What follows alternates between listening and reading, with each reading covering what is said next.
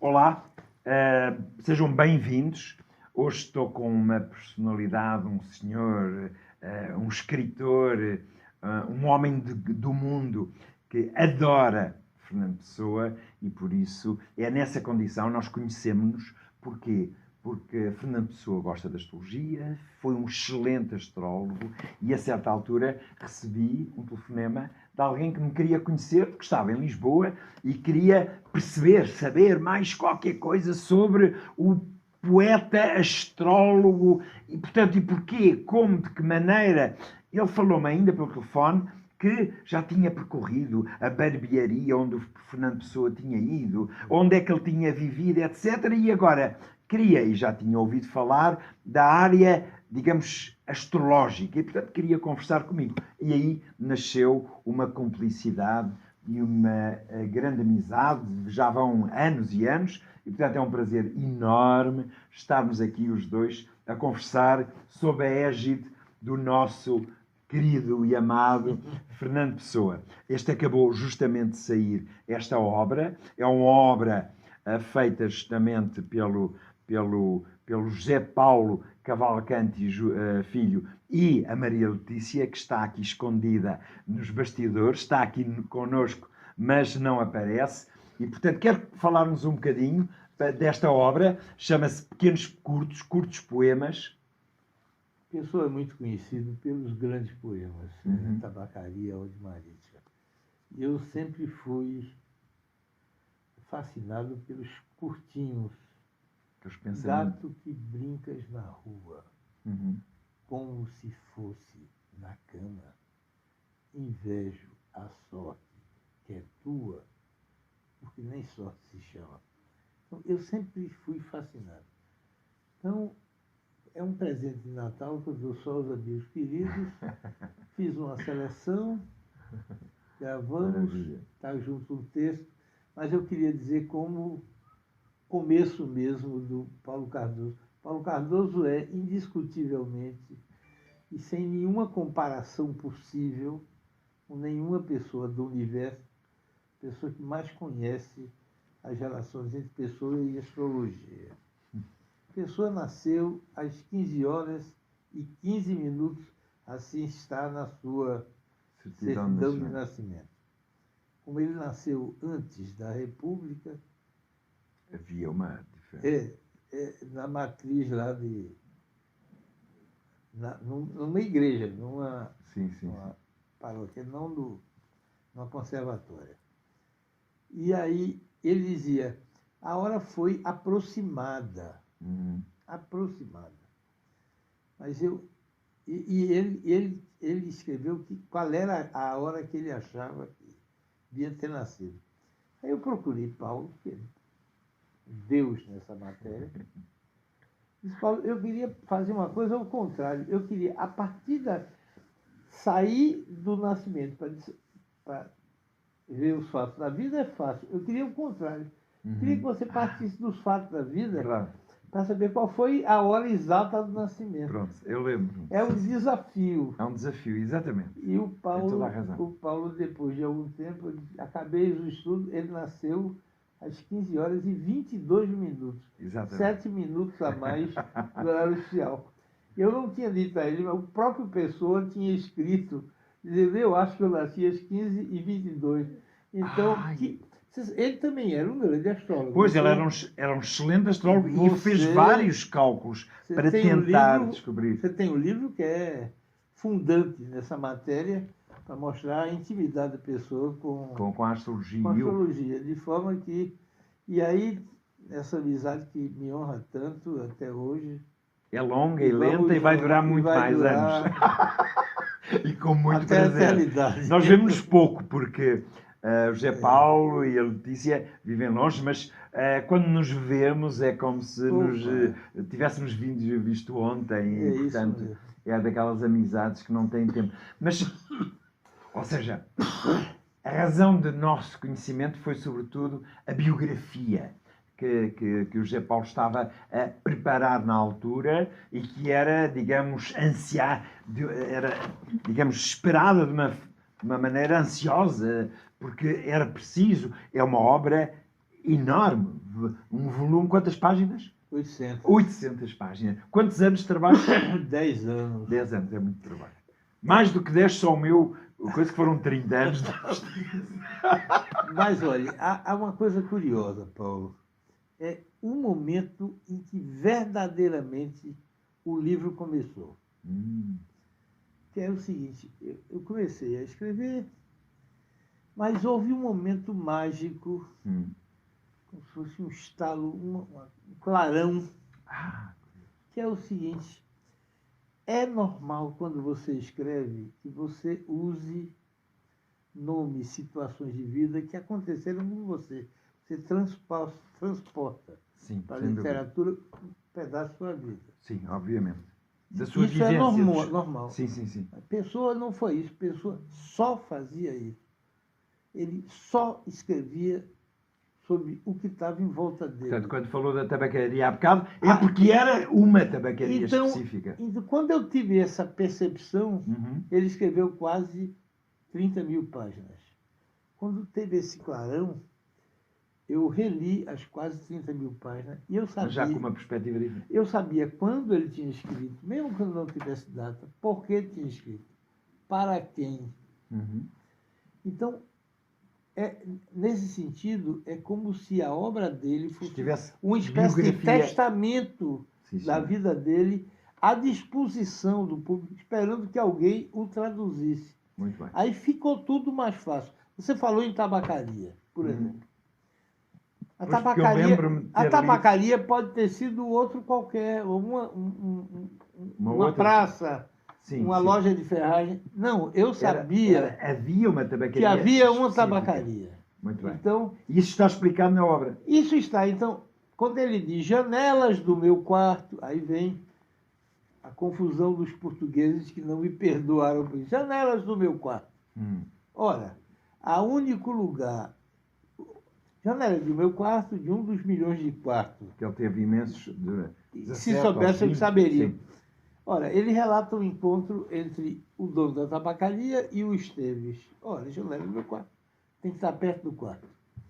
Aí dizem, podem procurar nos textos portugueses, 100% praticamente, foi a Morgadinha. Morgadinha ficava na esquina. Sim. Então, eu tive certos trabalhos que os outros não tiveram. Primeiro, fui na casa do Fernando Pessoa, me projetei da janela, e da janela não se vê a Morgadinha. Depois encontrei numerosíssimas pessoas que se encontravam com... Todos anônimos se encontravam com pessoas... Alguns do bairro, os da esquina da carvoaria, no bairro dele, eu fazia uma Assembleia Geral toda a tarde com um grupo de velhos que na época eram jovens, cruzavam com ele. Tinha um que ia no quarto dele todos os dias. Era o filho do barbeiro Manassés. Chamava-se Antônio. Já morreu. Muito bem. Refere isso E Antônio me diz uma coisa simples. O quarto dele nunca teve janelas. Por quê? Porque ele tinha tuberculose. O pai dele morreu de tuberculose. Exatamente, quando ele era criança. Sim. E ele tinha no começo, jovem, 3 crises anuais de gripe forte. E foi piorando. Ele sempre teve medo de morrer como o pai tuberculoso. Então, ele não gostava do frio da janela. Ia para dentro da casa. Então, janelas do meu quarto jamais seria do quarto. O quarto nunca teve janela. E depois li num jornal, porque eu li tudo que tem na casa, li um jornal, uma entrevista que ninguém deve ter prestado atenção, do filho da casa Moitinho, que disse, Moitinho de Almeida, a casa onde ele trabalhou por mais tempo, disse, no térreo ficavam os empregados, no primeiro andar ficava meu pai, e numa mansarda em cima ficava a pessoa. E lá é que foi escrita a tabacaria. Uau. Lá foi escrita a tabacaria.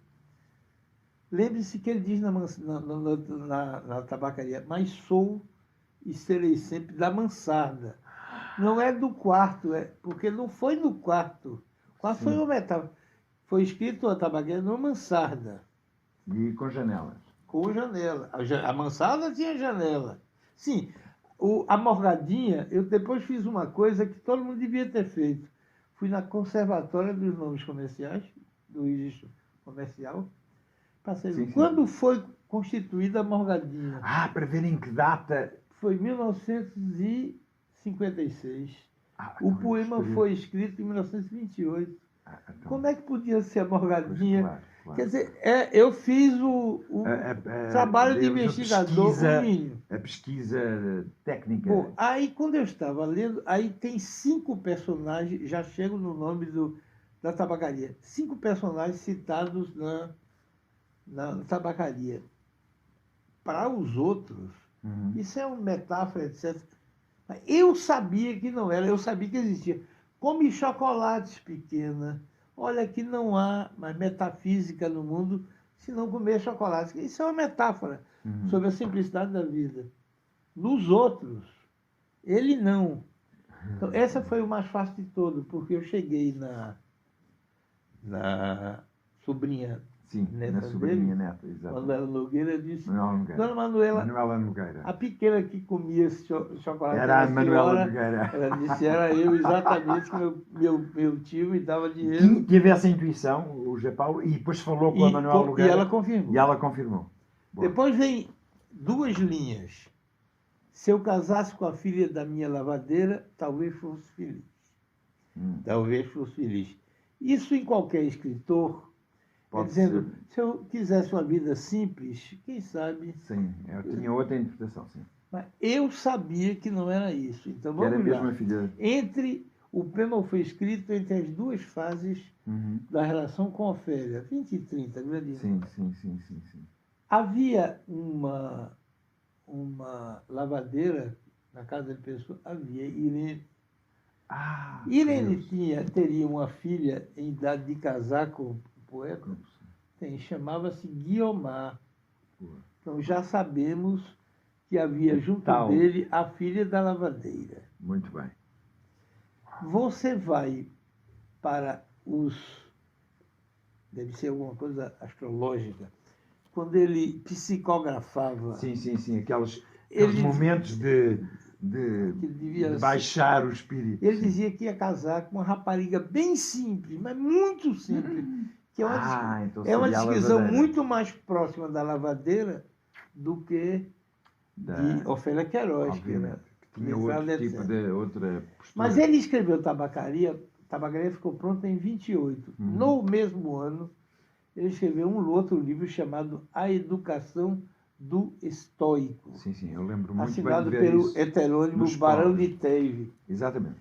E lá ele diz o Barão, tive a oportunidade de me casar com uma rapariga simples, uma rapariga bem simples, mas entre mim e esse casamento interpuseram-se 24 gerações de Barão, porque o autor do livro é um barão. Barão de Teve. Olha, na tabacaria e no livro, a mesma ideia do casamento com uma pessoa bem simples que a lavadeira. Aí não é somente isso.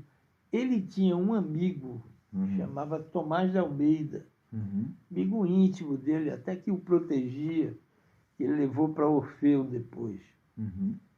O Tomás de Almeida gostava tanto de pessoa que pediu a pessoa que desse uma honra a ele, que é de registrar a filha dele. Indicou o nome que ela devia ter. Era Múcia Leonor de Almeida, da Almeida. Uau. Da Almeida com um apóstolo. Da Almeida. Da Almeida, exato. Registre, seria uma grande honra que você registrasse a minha filha. E o pessoal registrou a filha como Múcia Guiomar de Almeida. Incrível. Trocou o Leonor por Guiomar, que é próprio dos apaixonados, de quem... Sim. Então, aí diz, você não pode provar que ele tem isso. Eu não posso provar. Sim.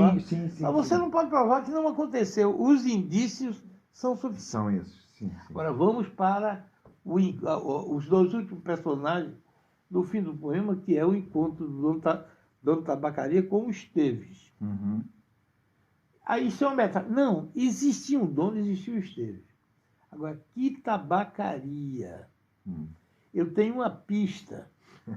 É que ele escreveu um poema 2 anos depois, Sim. Cruz na Porta da Tabacaria, que começa dizendo: Cruz na Porta da Tabacaria.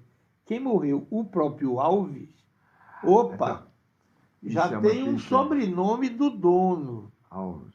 O próprio Alves. É o dono. Eu contratei aqui um historiador.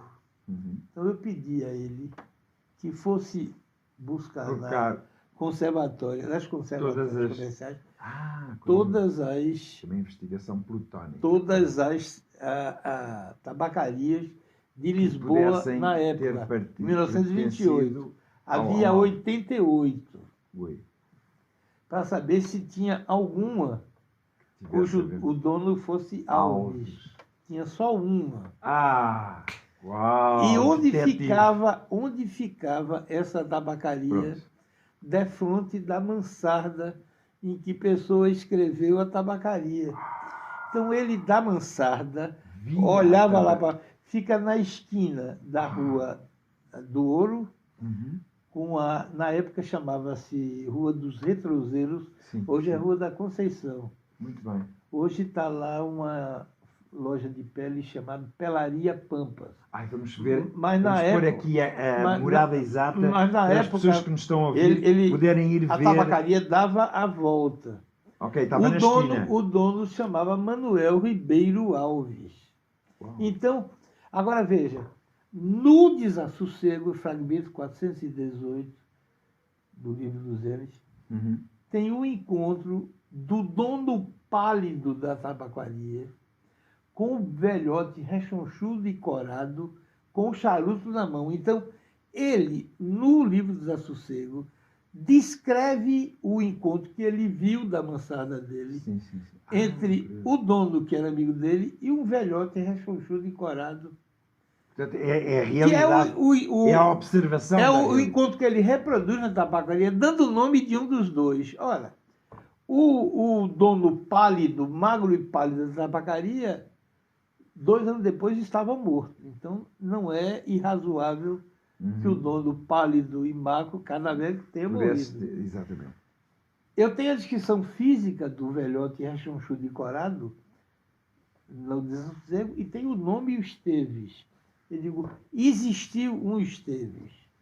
Porque eu sabia que existia. Então, pedi ao meu historiador, lá eu perguntei quais são os poetas, os nomes, os Esteves na literatura portuguesa. Nenhum. Quais são os políticos do fim da monarquia, do início da República, Esteves em Portugal? Nenhum. Me ocorreu que poderia ter sido uma manchete de jornal. Então, eu pedi ao meu historiador para ir no Diário de Notícias, que era o grande jornal da época, e ele viu 3 anos de exemplares de jornais, folha por folha, para anotar quais são os Esteves referidos em 3 anos de edição do jornal. Muito bem. São 3 notícias pequeninas lá no fim do jornal, que pela idade dos personagens, pela profissão, não eram eles. Então, eu digo, olha, não tenho como. Aí aconteceu uma coisa curiosa. O Pessoa, quando morreu, o registro, o atestado de óbito foi para a 7ª conservatória. Quando eu cheguei lá, ele disse, está indo para a 5ª. Eu posso ir hoje só daqui a 1 ano, porque essa transição. Agora, entenda o seguinte, eu fui pegar, foi a última coisa que eu peguei, foi o registro da morte de Pessoa. Porque quando eu fui buscar na época, não estava pronto. Estava no transporte. Estava a ser transitado. O Pessoa só tinha um familiar, quando morreu aqui. Era a irmã, Teca, que estava com a perna quebrada em cima de uma cama em Cascais. A Teca não podia sair da cama. O cunhado tinha que tomar conta da mulher e de 3 filhos. Ele estava incapacitado. Não podia vir. E pediu a um amigo para registrar o óbito de Pessoa. Mas você não pede um amigo, você só pede um amigo íntimo. Claro, obviamente. Para registrar a morte do irmão, só alguém familiar, da casa. Sim, alguém próximo. E sabe quem foi esse amigo? Ah, já estou a ver. Manuel Ribeiro, Manuel Esteves. Manuel Ribeiro Esteves. Manuel Esteves. Onde Aí morava está. Esteves? No mesmo bairro de Campo de Ourique, na rua Saraiva de Carvalho, número Pronto, que 200. é perto Pertinho. da Coelho da Rocha. Então, quando ele botou lá, quer dizer, e lembre-se que era um Zé Ninguém, tanto que ele dizia, o Esteves sem metafísica. Mas devia ser uma pessoa de que ele gostava tanto, que ele quis Fazia tornar... parte do seu cotidiano. Quis tornar o nome eterno e disse, esse pobre coitado... Há tantos na nossa vida, Paulo, passam pela vida da gente, Sim. desaparece, morre, ninguém... Sim, não fica passa registro desse. exatamente. Então, ele gostava tanto do Esteves que deixou Que registrado. registou Em a sua 2004, existência. o jornal Libération, da França, chamou os intelectuais do mundo para escolher o poema do século XX que ganhou Tabacaria. O segundo lugar foi o Westland, de Eliot. Foi Tabacaria. Então, um poema que ele sabia que seria imortal foi publicado na capa da Presença número 38. Não é pouca coisa. Sim, claro. Do Porto. E, então, essa coisa deu muito prazer, porque você vai descobrindo as coisas. Há um lado detetivesco nestes anos de procura. E eu, cada pesquisa. papel que eu lia, eu sabia quando tinha sido escrito, por quê. Então, isso ajudou muito. Foi ali que o livro começou verdadeiramente.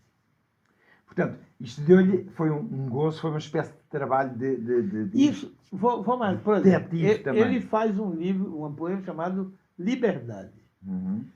Que é recitado muito mal.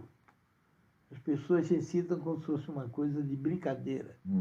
Ai, que prazer não sentir o dever. Sim, já sei como. Ter um livro para ler não é assim. Aquilo era um poema de protesto contra Salazar. Tanto que foi censurado pela censura de Salazar. Sim, então, ele teve problemas em 35. Em cada verso você vai descobrindo por que é que ele escreveu. Ai, que prazer não cumprir o dever. O que houve? Uma semana antes, Salazar tinha baixado uma diretiva dizendo que todo português tem o dever de ler os livros do Estado Novo. Tem que ler o livro do Estado Novo. É o dever. Ai, que prazer não cumprir o dever. Ter um livro para ler. Não, quer dizer, você vai descobrindo. Bom mesmo é o sol que peca, só quando em vez de criar seca. Aí ele dizia, quando eu disser sol, estou dizendo Portugal. Quando eu disser Portugal, para mim é o sol.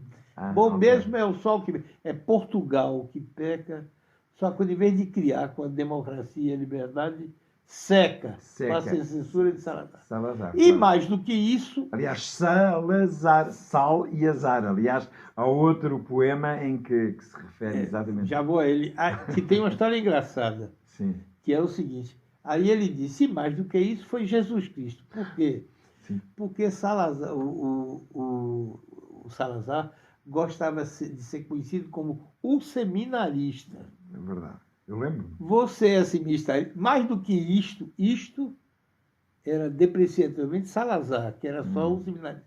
Sim. Mais do que isso, foi Jesus Cristo, que não sabia nada de finanças. Por quê? Porque ele era ministro. Salazar era professor de Ciência das Finanças na Coimbra e veio ser ministro das Finanças aqui. Nem consta que tivesse biblioteca, porque Salazar se gabava de ter a maior biblioteca de Portugal. Então, quando você vai pegar na realidade e vai transpô-la para... Mas você falou numa história engraçada. O Pessoa escreveu, no mesmo dia, 3 poemas contra Salazar, dos quais o mais famoso deles eu incluo é o do meio, né? Sim. Este senhor Salazar é feito de sal e azar. Se um dia chove, a água dissolve o sal e sob o céu fica só azar. Ó, como os diabos, parece que já choveu. Por que é que essa coisa é engraçada?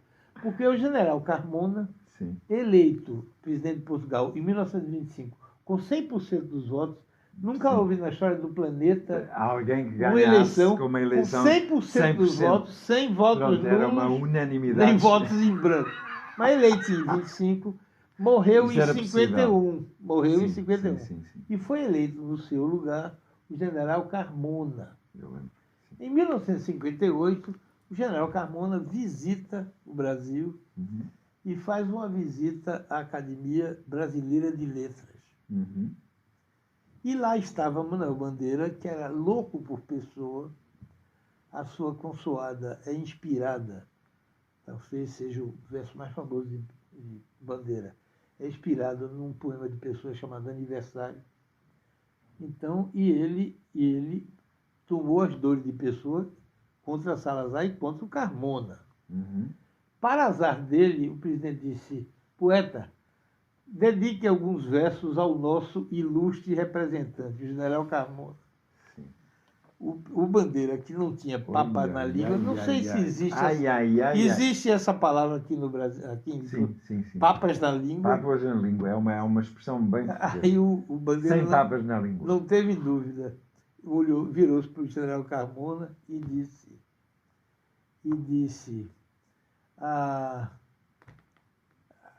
não me dê Craveiro. Craveiro, Craveiro, sim. Sim, morreu, assumiu Craveiro Lopes, general. Aí ele disse: Craveiro, dá-me uma rosa, mas não qualquer general, que eu quero o Craveiro, a rosa mais linda de Portugal. Não me dê rosa de sal, não me dê rosa de azar, não me dê craveiros rosa do Jardim de Salazar. O Craveiro foi ficando vermelho de raiva. O Bandeira disse com licença e saiu, retirou-se e foi-se embora. Foi um incidente gravíssimo registrado nas crônicas da Academia Brasileira de Letras. O Pessoa apareceu ali. Defendido por Manuel Bandeira, o grande poeta. O Pessoa interviu ali naquela...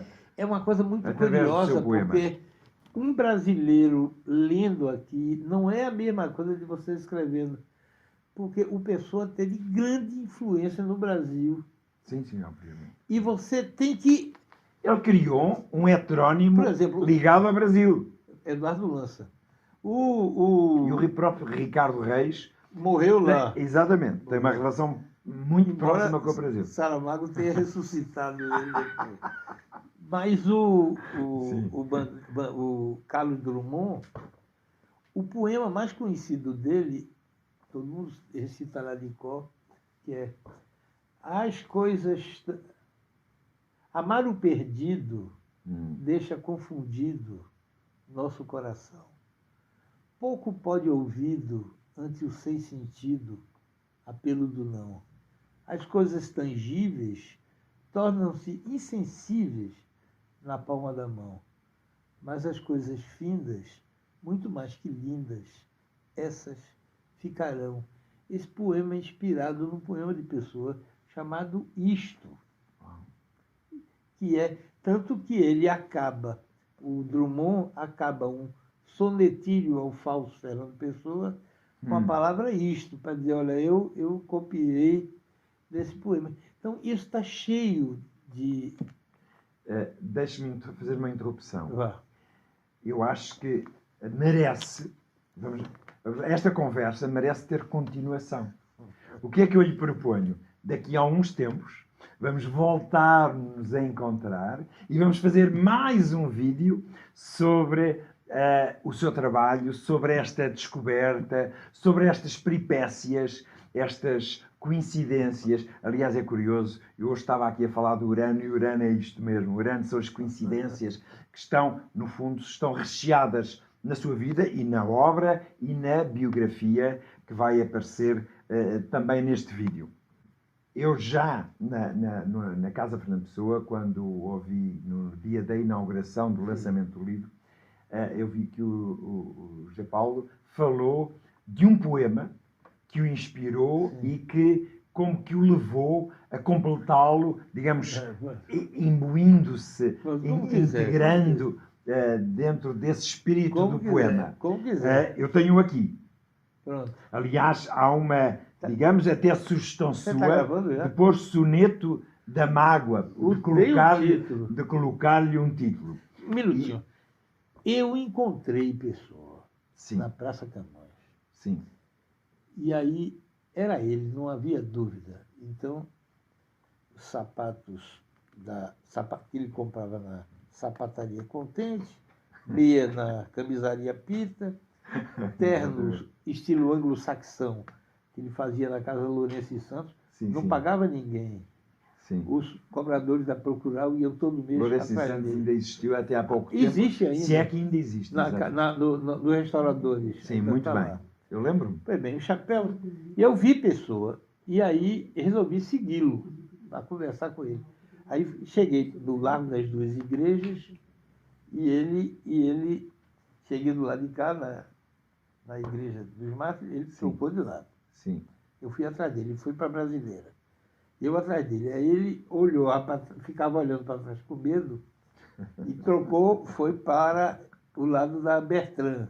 Sim. E eu atrás dele. Quando ele chegou na esquina da Bertrand, olhou para trás a última vez e saiu correndo com medo. Ele não estava com medo de se encontrar com um velho amigo. E minha mulher fica dizendo que ele estava com medo físico de mim, achava que ia ser assaltado. A minha conclusão é que ela não entende nada de fantasma, não tem dúvida que é a pessoa. E apareceu esse início de soneto, Paulo, querido Paulo, que a gente não sabe quando foi escrito, nem para quem, nem por quê, nem por que ele parou. E porque está incompleto. Incompleto. Aí eu dei um título nele chamado Soneto da Mágoa. Exatamente. E se você me ajudar, vamos dizer aos seus amigos... Sim. Eu vou dizer a parte, não sou um ator, mas vamos lá dizer de uma maneira muito simples, o poema que diz: se soubesses com que mágoa eu uso este terror de amar-te, sem poder nem dizer-te que te amo, de confuso, de tão senti-lo nem o amor perder, se soubesses com que ódio a não saber falar-te do que quero, algo me escuso. Entenderias que nesse escrever revivo a alma de um poeta luso, porque te amo como quem te odeia, como se o Cristo, ao fim daquela ceia, beijasse o rosto do seu traidor. E te desprezo como quem tonteia, como se o sal que corre em tua veia fosse a semente desse nosso amor. Uau! Será que foi isto? Ele me pediu, eu achei. Eu acho. Agora ele vai ter que se manifestar um dia destes para dizer não, foi ele que veio dizer que ele foi digamos, o transmissor, vamos lá, o receptor do espírito. Um dia, se calhar, ainda aparece o resto, a parte do manuscrito ou da teoria escrito do poema. Muito obrigado por estar aqui comigo. Uma próxima, com muito gosto. Abraço. Vamos fazer uma reprise, uma nova sessão deste belo encontro. Muito obrigado, muitas felicidades e muitos sucessos para este novo trabalho que tem som e imagem e os tais poemas curtos de Fernando Pessoa. Muito obrigado.